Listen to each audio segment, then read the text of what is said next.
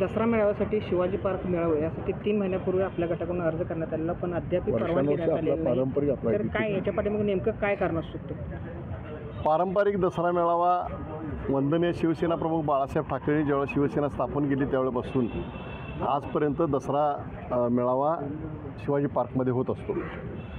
आता प्रत्येक वेळेला शिवसेना उद्धव बाळासाहेब ठाकरे हा पक्ष काहीतरी करायला गेला की गेल्यानंतर त्याच्यामध्ये आडखाटी निर्माण करणं हे या राज्यातलं सरकार काम करत आहे. परवानगी देण्याचा मुद्दा आहे तर परवानगीचा अर्ज गेल्याच्या दुसऱ्या दिवशी त्याची परवानगी मिळाली पाहिजे.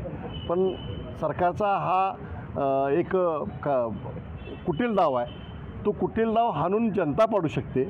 आणि सगळ्यात महत्त्वाचं असं आहे की शिवसेना प्रमुख बाळासाहेब ठाकरे असतील, आत्ताचे शिवसेना पक्ष प्रमुख उद्धव बाळासाहेब ठाकरे यांनी जे निर्णय घेतले ते महाराष्ट्रात अंमलबजावणी केली. सरकार काय पण पुरव, पण शिवाजी पार्कवर त्या तारखेला त्यावेळेला दसरा मेळावा हा शिवसेना उद्धव बाळासाहेब ठाकरे पक्षाचा होणारच.